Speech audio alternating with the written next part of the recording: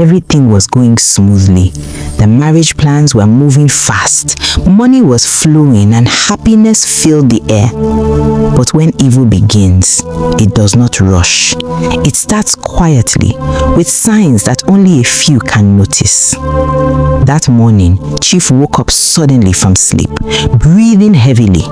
His body was covered in sweat, as if he had been running for his life. He looked around his room in confusion. Everything appeared normal, but something inside him was not at peace. He stood up slowly and held his head. What kind of dream was that? He muttered. For a brief moment, an image flashed in his mind. He saw himself lying inside a coffin. He blinked quickly and the vision disappeared. Nonsense, he said angrily, shaking it off as he prepared for the day. In the market, business was booming like never before. Customers rushed in large numbers, especially to Mmiri's shop. Her goods were fresh, attractive, and unbelievably cheap. People struggled to buy from her, praising her endlessly. Chief's shop was no different. It was filled with customers, and money was flowing like water. His workers were busy counting bundles of cash, smiling and laughing. Suddenly, one of the workers paused while counting. His expression changed. He looked closely at the money in his hand. For a split second, the crisp naira notes turned into dry leaves. He blinked in fear, and immediately it returned to normal money. The worker looked around quickly. Nobody else seemed to notice. "What is this?" he whispered under his breath, his heart beating fast. Not far from there, Oga Cash finally arrived at a deep forest shrine. The place was silent, surrounded by tall trees, and the air felt heavy and unnatural. He removed his slippers and walked slowly toward the shrine, fear written all over his face. He knelt down gently. "Please, I need to know what happened to my business," he said with a trembling voice. A deep, echoing voice filled the air. "Your business was not destroyed." Oga Cash slowly lifted his head, confused. "It was taken and given to another." His eyes widened in shock as the meaning of the words settled into his mind. At the same time, in her compound, Anyachi sat quietly under the tree, holding her mirror. Her face was filled with deep thoughts. "Mama, I don't understand that girl," she said softly. The mirror remained silent. She frowned, confused by the unusual silence. Suddenly, the mirror flashed. For a brief second, she saw a terrifying image, a graveyard. Anyachi gasped and dropped the mirror immediately. "This is not ordinary," she said, her voice shaking with fear. As night fell, everywhere became calm. Chief sat comfortably in his house, eating with so much joy. Mmiri sat beside him, watching him quietly with a calm smile. "Your food is the best," Chief said happily as he continued eating. Mmiri said nothing. She only watched him. But what Chief was seeing was not the truth. To him, the food looked delicious, well prepared and served on a clean plate. But in reality, Chief was sitting in a graveyard. The plate in his hand was broken and dirty. The environment around him was filled with silent graves. A cold wind blew gently across the land. Mmiri sat there watching him as he ate, her smile slowly deepening. Chip continued eating happily, completely unaware that he was no longer seeing the real world. He laughed, satisfied, enjoying every bite, not knowing that he was slowly crossing into a place where he might never return from. When a man refuses to see the truth, even the clearest signs become invisible to him. The first sign had appeared, but Chief still could not see it.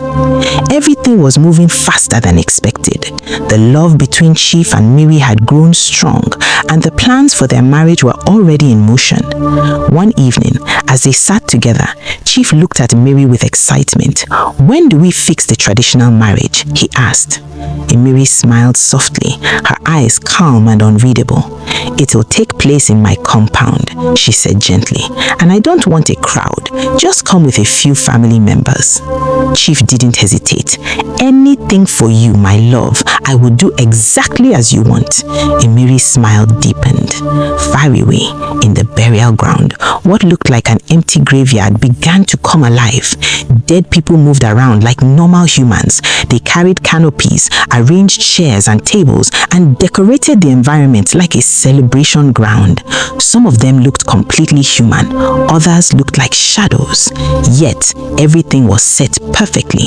The wedding was being prepared inside the land of the dead. Back in the market, Mmiri was selling as usual. Her goods attracted crowds. People rushed to her, praising her quality and cheap prices. But not far from her, Anyachi stood quietly watching her. Her eyes were sharp, observant. She didn't speak. She only stared, as if trying to understand something deeper. Later that day, Anyachi returned to her compound and sat under the tree again with her small mirror. Her face was serious. She held the mirror tightly. "Mama," she called softly. Immediately, the face of the old white witch appeared inside the mirror. Before Anyachi could speak, the old woman spoke first. "I know what you want to say." Anyachi swallowed nervously. "But mother, you will not attend that traditional marriage." Anyachi was shocked. "But why?" she asked. The old woman's face became more serious. "You will know when the time comes." Immediately, she vanished. Anyachi remained there frozen, her heart filled with worry. "This is not good," she whispered. Chief, on his own part, decided to visit the old woman in her shrine. He arrived with excitement and respect. "I came to invite you," he said proudly. "My traditional marriage is coming up." The old woman looked at him quietly, then suddenly burst into laughter. "Chief Uduego, you have entered a dangerous trap that you cannot escape." Chief's smile faded slightly. "But you still have one chance. As long as you have not paid her bride's price, you can still escape." Chief became upset immediately. "Why are you doing this?" he said angrily. "You are my destiny helper. What I am today is because of you. Why do you want to cut my happiness short?" He shook his head. "I only came to invite you as my spiritual mother, but you have spoiled my mood." He turned and walked away in anger. The old woman watched him go and then laughed deeply. Surugede is the dance of the spirit. That night, Chief slept, but his sleep was not peaceful. He found himself standing in darkness. A strange voice echoed around him. "Do not pay her bride's price. Do not pay." He turned in fear but saw no one. Suddenly, he woke up with a loud gasp, sweating heavily. Now that old woman nonsense, he tried to calm himself. The day of the traditional marriage arrived. Chief prepared with excitement, but his uncle refused to follow. "My son," the old man said calmly, "what an old man sees while sitting, even if you climb a tree, you cannot see it." Chief frowned. "I still advise you, do not marry that woman." Chief became angry. "I have heard you," he snapped, and left with his friends and a few family members. When they arrived, what they saw was a beautiful mansion, a clean compound, decorated canopies, well-arranged chairs and tables, music, smiles, and happiness. But in reality, they had entered a graveyard. The people sitting under the canopy were not normal. Some looked like humans, others were dark shadows watching silently. Chief and his people sat down happily, enjoying the moment, but one of his aunties shifted uncomfortably. "My body is not settling," she whispered. Nobody paid attention. Soon, Chief, Mmiri, Oga Cash, an old man and an old woman sat together under a special canopy. Everything was calm. The old man spoke slowly. "You can now pay her bride's price." Chief smiled widely, full of joy. "With all pleasure, sir." Mmiri watched him quietly. The old man and the old woman stared at him with deep meaning. Chief brought out money, coconut and kola nut, and handed them over. The moment the bride's price was accepted, thunder struck loudly. The sky shook. Mmiri, the old man and the old woman burst into loud, uncontrollable laughter. Chief joined them, laughing happily, not knowing why. Far away, in the shrine, the old woman stood up suddenly as heavy thunder filled the sky. The clouds turned dark. She raised her voice and shouted, "It has begun!" And in that moment, what was hidden for years had finally been activated. So it has finally started. The moment the thunder struck, something changed forever. Chief was still laughing, Mmiri was still smiling, but somewhere far away in the spiritual world, a door had finally opened. And once it is opened, it cannot be closed easily. That night, Chief returned home feeling unusually happy. Everything felt successful. The traditional marriage had been completed, but something was wrong. As he entered his room, the walls looked slightly darker. The air felt heavier. He paused. "What is this feeling?" he muttered. Suddenly, he looked down. His shoes were covered in muddy graveyard soil. He blinked. It disappeared. He shook his head, not stress, but deep inside, something had already changed. Far away, inside the graveyard, Mmiri stood at the center of the land. The dead surrounded her. Some were dancing, some were laughing, some were arranging canopies, chairs, and tables. Everything was set, a full celebration inside the land of the dead. Mmiri raised her hand slowly. "The first payment has been received." The spirits responded in one loud echo. "It has begun."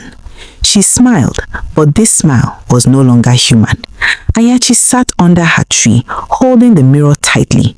Suddenly, the mirror began to shake violently. "Mama!" she called out. The old white witch appeared, but her face was tired, serious. "You saw it, didn't you?" she said. Anyachi nodded quickly. "What is happening? The marriage is done." The old woman closed her eyes slowly. "The bride's price is not a gift." She opened her eyes. "It is a seal." Anyachi's heart skipped. "A seal?" The old woman nodded. 20 years ago, a wrong was done. A girl was destroyed. And what you are saying now is the payment. That same night, Chief could not rest. As he slept, whispers filled his ears. "You paid. You paid." He woke up suddenly, sweating, breathing heavily. He looked at his hands. Small black marks had appeared on his skin. He panicked. "What is happening to me?" Later that night, Mmiri entered his room.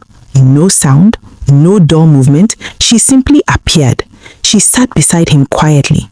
Chief relaxed immediately. "My love," he said softly. She placed her hand on his chest. "You are tired." Chief nodded slowly, but her touch was cold, too cold. She leaned closer. "You have started your journey now." Chief frowned. "What journey?" She smiled gently. "The journey you cannot return from." That night, Chief fell into a deep sleep. He found himself in darkness again, but this time he was not alone. He saw them, dead people dressed in wedding clothes, dancing around him. In the middle of it all, Mmiri stood on a raised grave. She pointed at him and said, "You are now one of us." Suddenly, he saw it again, his body inside a coffin, but this time the coffin was closing. Chief screamed, "No!" He sat up, breathing heavily. Sweat covered his body. He turned slowly and looked at the mirror. His reflection stared back at him, but something was wrong. It moved slightly late, like his soul was no longer complete. He froze, and then the truth began to return. 20 years ago, before he became Chief Uduego, his name was Obieze. He was young, reckless, heartless. One night, he forced himself on a young girl, only 16 years old. Her name was Udodi. Months later, her stomach began to grow. Her parents asked her, who is responsible? With tears in her eyes, she said, Obieze. They took her to his house, but Obieze denied everything. I don't know her, he shouted. Her parents were heartbroken. Out of shame and pain, they sent her away. Go and find who is responsible, they told her. Udodi left and began to live in the bush, alone, pregnant, suffering. At that same time, Obieze wanted quick wealth. He went to a black wizard. The wizard told him, I will make you rich beyond your imagination, but you must bring a pregnant woman. Obieze agreed. Back at home, he sat and thought deeply. Then, suddenly, he remembered Udodi. He searched for her everywhere, but could not find her. He returned to the black wizard, who told him exactly where to find her. That night, Obieze entered the bush. After a long search, he found her, weak, dirty, suffering. He ran to her and pretended to cry. I am sorry, please forgive me. You cannot stay here. Come with me. I will take care of you. I will pay your bride's price. Udodi looked at him with pain. I don't trust you, she said, and placed a curse on him. You will never have peace. But Obieze continued to beg. He cried, he pleaded, until finally she agreed to follow him. At his house, he prepared food for her. She ate, and moments later, she lost control of herself. That same night, Obieze carried her and took her to the black wizard. The ritual was performed and Udodi died. The wizard told him, go home. In 3 days, you will be rich beyond imagination. Obieze laughed.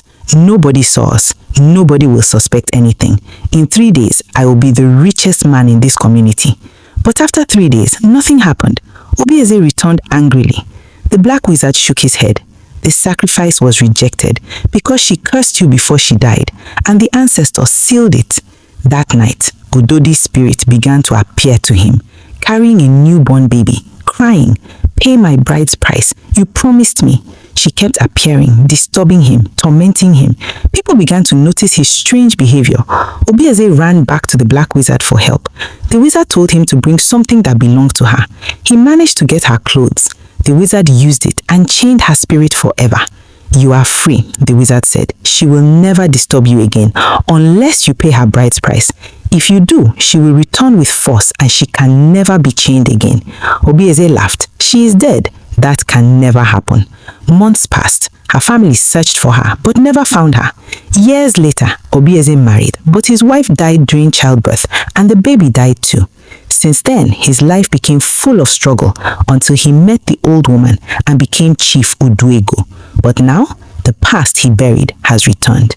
In the graveyard, Mmiri stood quietly and smiled. Udodi never died, she said softly. I only changed my face. Oga Cash was still kneeling inside the Ezemo shrine, his body trembling as he searched for answers. Please, show me what to do, he begged. A deep voice echoed through the shrine and told him that what was happening to him had a source and that he had not lost his wealth, it had been redirected. The voice revealed that the man he calls Chief was the center of everything. Oga Cash became shocked and afraid and quickly asked for a solution. The voice told him that the only way to break it was for a woman to touch the bead on Chief's waist. Oga Cash listened carefully as the voice added that he must fight this battle silently. The shrine became quiet again and Oga Cash slowly stood up and left, his mind filled with fear and confusion. That same night, Chief was asleep in his room. As he turned slightly on the bed, the bead tied around his waist became visible. Mmiri sat quietly staring at the bead with deep focus. She slowly stretched out her hand trying to touch it, but suddenly paused and pulled back. Her face changed and she said in a low voice, "It can't work. I am not human." Her expression became filled with anger as she added, "Obieze, finally you have paid my bride price." The next day, Mmiri visited Anyachi in her compound and they both sat under the tree. Anyachi looked at her calmly and said, "I'm sorry I didn't attend your traditional marriage. Something came up." Mmiri smiled softly and replied, "I knew you wouldn't come, but it's okay. I'm not angry." After a brief silence, Mmiri looked at her and said, "I want you to do something for me." Anyachi observed her carefully and asked, "What is it?" Mmiri leaned slightly forward and said, "There's a bead on my husband's waist. I want you to cut it." Anyachi stared in shock and said, "You must be joking, right?" Mmiri shook her head and said, "No, I'm not." Anyachi frowned and replied, "But you are his wife. You can easily remove it yourself. Why me?" Mmiri's face became serious as she said quietly, "You will not understand. Please do it." She paused and added in a low voice, "It is also for your own good." Anyachi stared at her again, this time more suspicious and confused, then said softly, "I will get back to you."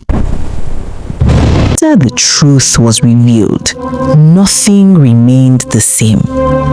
What was hidden for 20 years was no longer hidden, and now the battle had begun. But this was not a battle of weapons, it was a battle of souls. That night, Chief could not sleep. Every time he closed his eyes, he saw her, Udodi, standing in the darkness, holding a child, calling his name, Obieze. He turned on his bed, restless, sweating, afraid. Suddenly, the room became cold, very cold. The window opened slowly by itself. Wind rushed in. Then a voice whispered, "You cannot run." Chief sat up immediately. "Who is there?" he shouted. Silence, but his heart kept racing. At the same time, in the graveyard, Mmiri stood quietly. The dead surrounded her again. This time, they were not celebrating, they were watching, waiting. One of the shadows stepped forward. "The time is near," it said. Mmiri nodded slowly. "He has entered fully. He cannot escape." Another voice echoed, "But the bead still remains." Mmiri's face changed slightly. Her eyes darkened. "Yes, the bead," she said quietly. "That is the only thing protecting him." Meanwhile, Anyachi sat under the tree again, her mind restless. She remembered Mmiri's words, "The bead, cut it. It is for your own good." She shook her head slowly. This is not ordinary. Suddenly, the mirror began to shake again. She quickly picked it up. "Mama!" The old white witch appeared, her face serious, stronger, more alert. She said. Anyachi frowned. "Chosen for what?" The old woman spoke slowly. "You are the only one who can remove it if you manage to get close to him." Anyachi's heart started beating fast. "The bead?" the old woman continued. "That bead is not ordinary. It is the only thing standing between life and death." Anyachi swallowed hard. "But Mmiri wants me to cut it." The old woman nodded. "Yes, because once it is removed," she paused, "he will lose everything and the market will be restored." Back at Chief's house, Chief was no longer himself. He sat quietly staring into space. His workers called him, but he did not respond. Suddenly, he heard laughter. He looked around. Nobody was laughing, but the sound continued. Then he saw them. For a brief second, people in his house turned into shadows. Then everything returned to normal. Chief stood up in fear. "I am not going mad. I am not going mad," he said to himself. That night, Mmiri returned again. She stood beside him silently. Chief looked at her. "You came?" She smiled softly. "I am always here." Chief held her hand. "But something is wrong with me." Mmiri looked into his eyes. "Nothing is wrong." She leaned closer.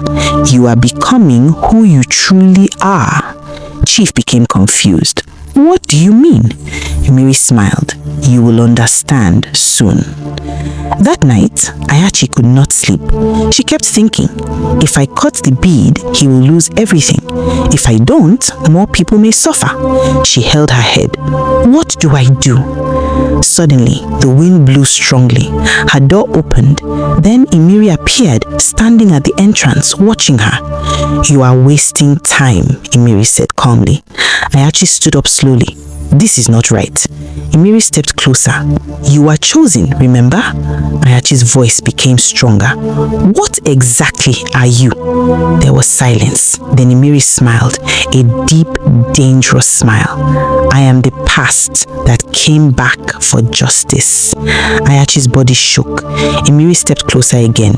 "Cut the bead," she said softly, "and everything will end." Anyachi looked into her eyes, but this time she saw it.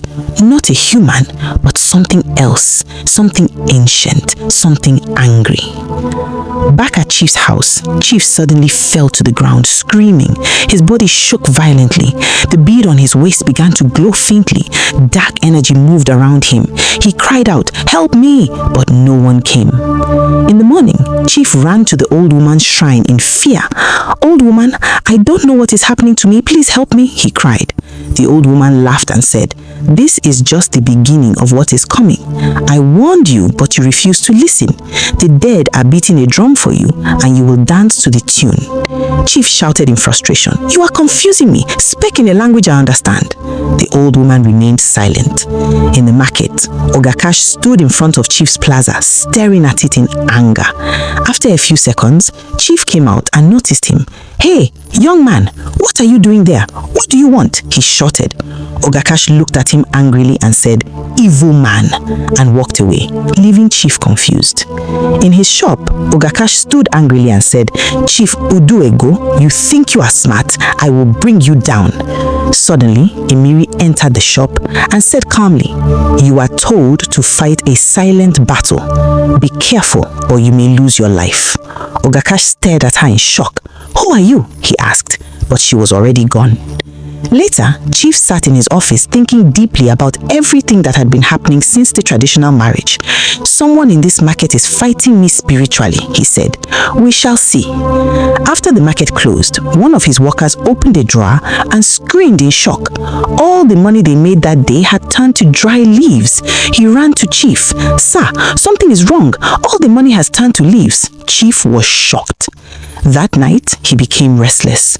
"Oh, I have not performed my weekly ritual. That is why all this is happening."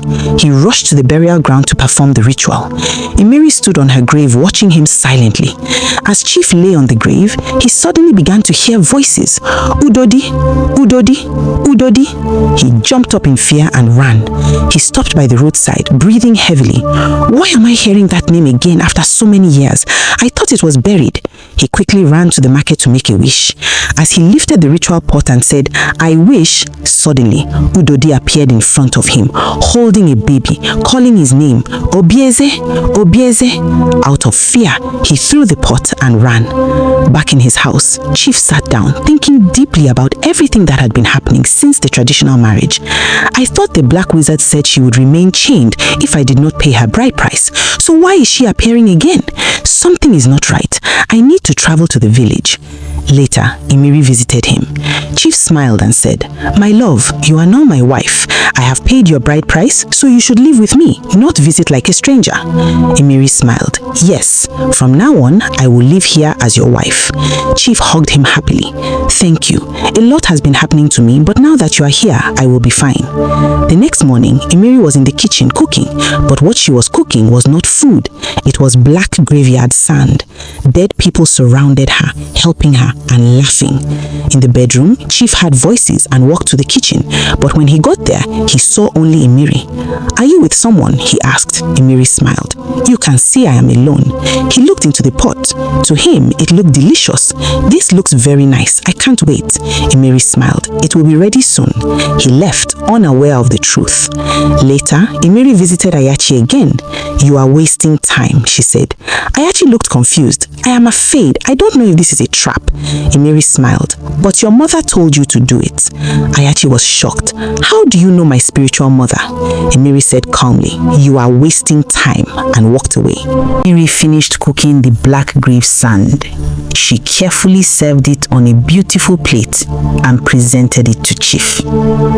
To Chief's eyes, it looked like delicious, well-prepared jollof rice. The aroma felt rich and inviting. He smiled with satisfaction and began to eat. "This is very sweet," he said happily. He continued eating with joy, completely unaware of what he was consuming. But as he ate, something began to change. His body became weak. His strength started leaving him. His hands trembled slightly. Mmiri sat quietly, watching him, smiling deeply. The more he ate, the weaker he became. The next morning, Chief prepared himself and traveled to the village to visit the Black Wizard. As he drove along the lonely road, fear filled his heart. His mind was restless. His hands trembled on the steering wheel. "This is not normal. Something is seriously wrong," he muttered. Suddenly, his car engine stopped, just like that. Silence. He tried to start it again. Nothing. He stepped out slowly. The bush was too quiet. Then he heard it. A baby crying. He froze. The sound was coming from inside the forest. "No, this is not real," he said. But the cry grew louder, closer. Slowly he turned, and there she was, Udodi, standing among the trees, holding a baby, looking straight at him. "Obieze," she called softly. Chief screamed and ran back into his car. The engine started immediately. He drove off in fear. When he arrived at the shrine, the Black Wizard sat quietly, looking weak. Chief rushed to him. "Master, something is happening to me. Udodi is appearing again, but you told me she was chained forever." The Black Wizard laughed softly, but there was fear in his voice. "I warned you," he said. Chief became angry. "Warned me about what?" The wizard stepped closer and asked, "Did you pay her bride price?" Chief froze, then quickly replied, "How can I pay the bride price of a dead person? She has been dead for years. She is not coming back." The wizard stared at him deeply. "You have made the greatest mistake of your life," he said slowly. Chief stepped back in confusion. "What do you mean?" The wizard raised his voice. "The moment you paid her bride price, you broke the chain with your own hands." Chief's body went cold. "No, that is not possible." The wizard continued. "She is no longer a wandering spirit. She is now bound to you as your wife in both worlds." Chief almost collapsed. "Then help me fix it," he shouted. The wizard shook his head. "It is beyond me now. The only thing left is the bead." Chief quickly touched his waist. "This?" The wizard nodded. "That bead is your last protection. The moment it is removed, your soul will fully cross over." He paused, then added, "But listen carefully. Once you fall, everything connected to your wealth will collapse." Then the Black Wizard said again, "The Mighty One has blinded my spiritual eyes. I can no longer see beyond the physical. But before she started appearing to you, it means something is wrong somewhere." Chief nodded slowly. "Yes, I believe someone is using her face to attack me, but I will find out who is behind this." The Black Wizard looked at him carefully and asked, "Are you married now?"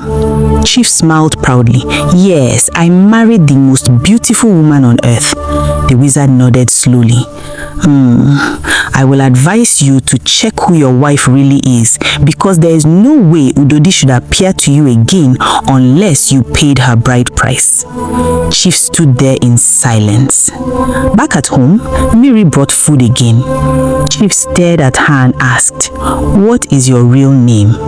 Mmiri smiled calmly. "Mmiri Oma, but people call me Mmiri." Chief forced a smile. Mmiri pushed the plate toward him. "Eat your food." As he ate, weakness returned again. His body became heavy. His head spun. Meanwhile, Mmiri visited Oga Cash and said calmly, "If you want to win this battle, you will not do it alone. Go and meet Anyachi. Both of you will work together." She left immediately. Then Mmiri visited Anyachi and told her, "There is someone who will help you. Oga Cash." Anyachi, Chief Uduego, is the reason for all the calamities in the market. People not selling, money missing, everything. Money irresponsible. It affects you also, not only the market. So you have to act now. Anyachi, Chief Uduego evil, and he's a very strong man and dangerous. Really? Is that the reason for his sudden wealth? I knew it, I suspect it. That bead must be cult, and you are the only one that can do that. I am ready, I will do it. Anyachi, you will not look like this. You have to look attractive for Chief to fall for you. Leave that to me, I know what to do. Later, Oga Cash and Anyachi met and began to plan. "You are the only one that can get close to him," Oga Cash said. Anyachi nodded. "I will get close to him." Back in her house, Anyachi dressed beautifully, looking bold and irresistible. She stood before her mirror and said, "I am fully ready for this battle." The next day, Chief ran to the old woman's shrine in fear. "Please, why did you warn me not to marry Mmiri?" The old woman replied, "You broke the sacred wish pot and you must pay the price." Chief quickly said, "I'm sorry, something scared me and the pot fell from my hand, but I will replace it with a bigger one." The old woman smiled wickedly. "You only have 1 week to live." Chief froze in fear. "Please, tell me how to replace it. I don't want to die." The old woman said slowly, "A mad woman must carry your child and give birth. The day she gives birth, she must die. The baby will replace the pot." Chief stepped back in shock. "You mean I should sleep with a mad woman?" "To fear." The old woman laughed softly. Later that day, Anyachi arrived at Chief's house and sat with Mmiri. After a few minutes, Chief returned and saw her. "My love, who is this?" Mmiri smiled. "She is my friend." Chief stared at Anyachi. "This face looks familiar. Anyway, you are welcome." He walked into the bedroom. Immediately he left, Mmiri turned to Anyachi and said quietly, "Everything will happen tonight. You will sleep over." Anyachi nodded slowly as her heart beat faster. The night was approaching and the real game was about to begin. Am I so afraid tonight? I feel like my spirit is leaving my body and I am feeling weak. Something is wrong somewhere. I think this lady in my house is up to something. Tonight I will watch. Anyachi, change of plan. He knows we are up to something. Okay, what's plan B?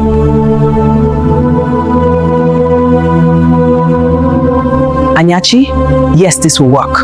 Are you sure this will work? Sure, he is already weak.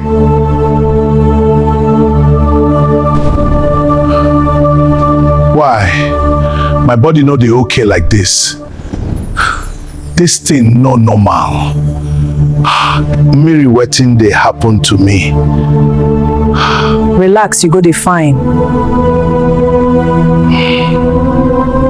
That night, the house was no longer normal.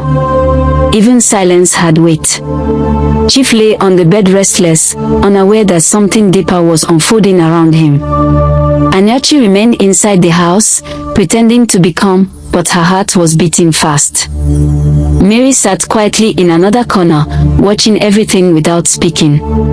Then suddenly, Mmiri stood up and said softly, "Tonight is the night." Chief looked at her confused. "Night for what?" Mmiri smiled. "For everything to begin properly." Outside the house, Oga Cash stood far away, hiding in the dark, watching the compound. "Tonight must work," he whispered to himself. "If that bead is not removed, we are all finished."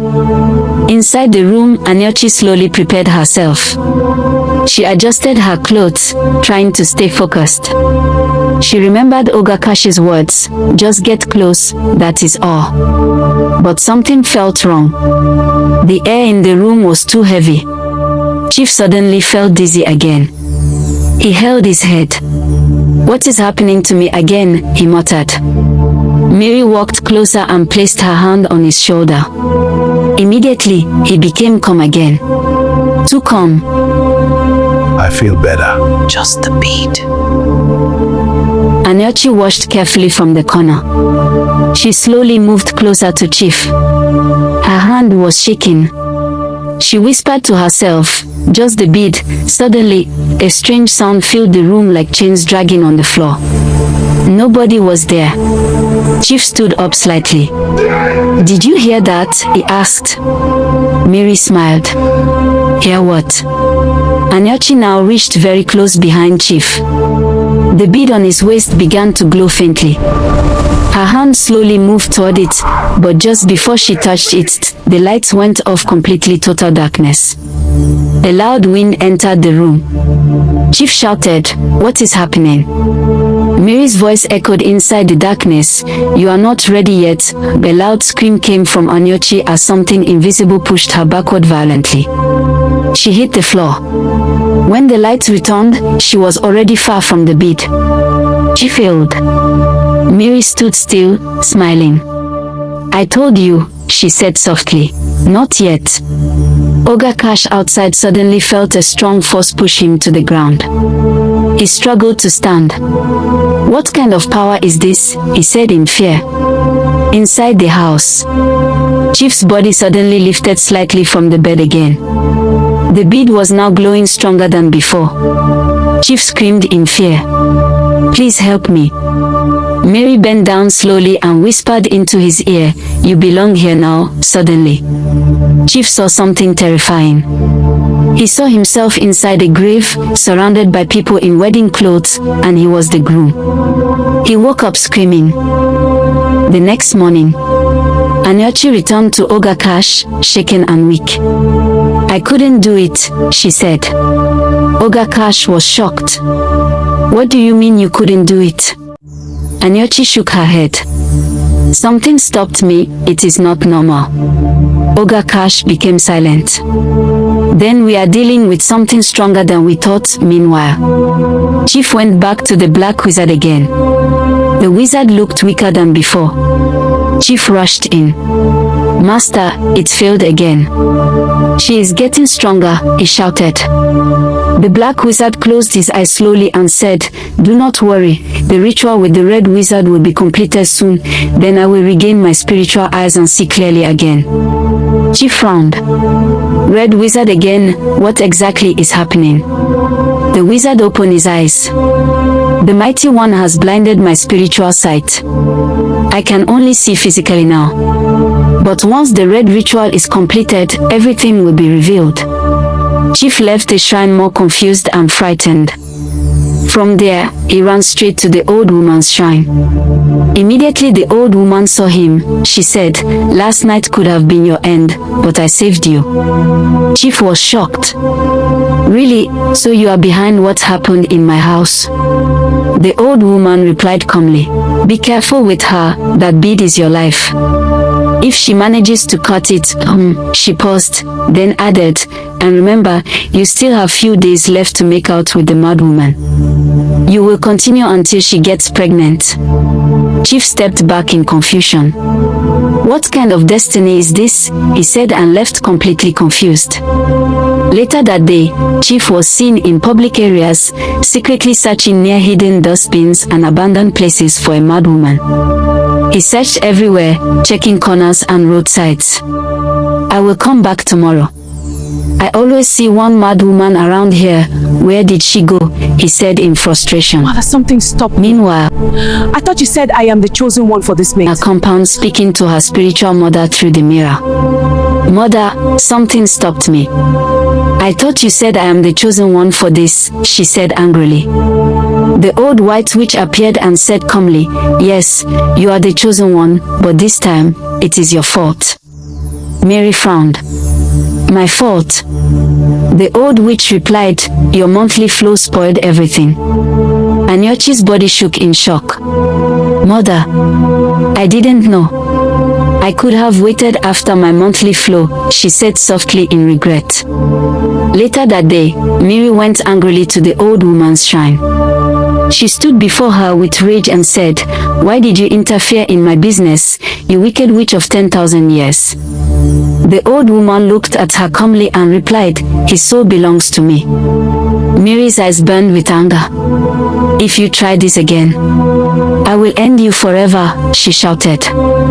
The air became heavy, and a silent war between ancient powers fully began. I will end you forever if you try me again. You cannot end what you do not understand. Confrontation at the shrine. Nothing remained balanced anymore.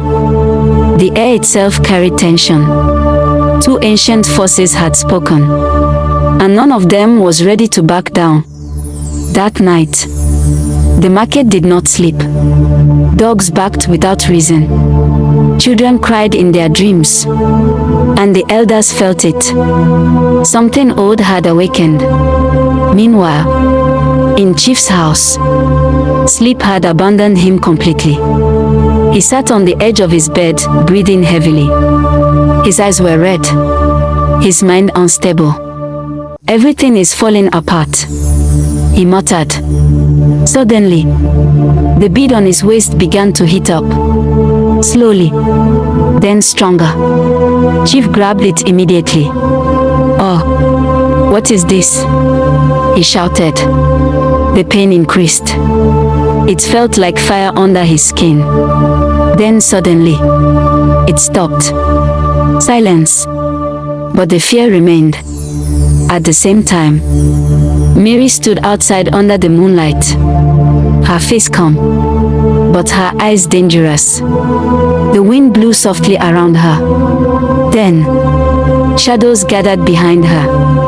The dead had returned. One of them stepped forward. "You confronted the old one," it said. Mmiri smiled slowly. "She is holding what belongs to me." Another voice echoed, "And she will not release it easily." Mmiri's expression hardened. "Then I will take it by force." Back inside the house, Chief suddenly heard footsteps. Slow, dragging, coming closer. He stood up immediately. "Who is there?" he shouted. No response. The footsteps stopped.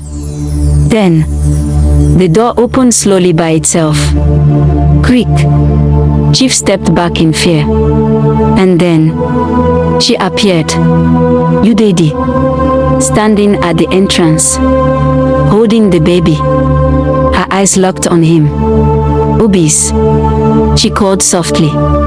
Chief fell to the ground.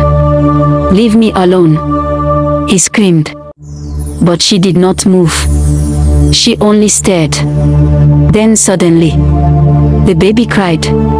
Loud, sharp, piercing. Chief covered his ears. "Stop it! Stop it!" But the cry grew louder. Then, darkness covered the room completely.